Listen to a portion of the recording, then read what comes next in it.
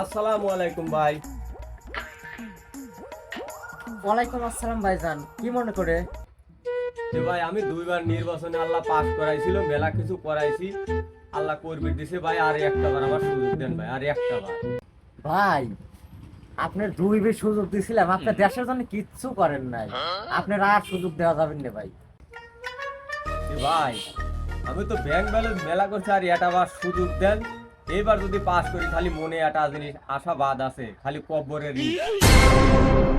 কব্বরের ইট মানে? কব্বরের ইট মানে বোঝেন না ভাই, আমি তো মনে করি এবার পাস করার পরে এই দুই তিনটা যে কয়বার পাস করছি, ব্যাংক ব্যালেন্স, টাকা পয়সা, অর্থ সম্পদ সব হারাম পথে কামাই করছি। এইবার মনে করেন যে যদি পাস করি পালি, কব্বরের মরার পর তো মনে করেন যে কব্বরে আহিওয়ালা বাঁশ দিব, ওই বাঁশ ঠেহানির জন্যই কব্বর।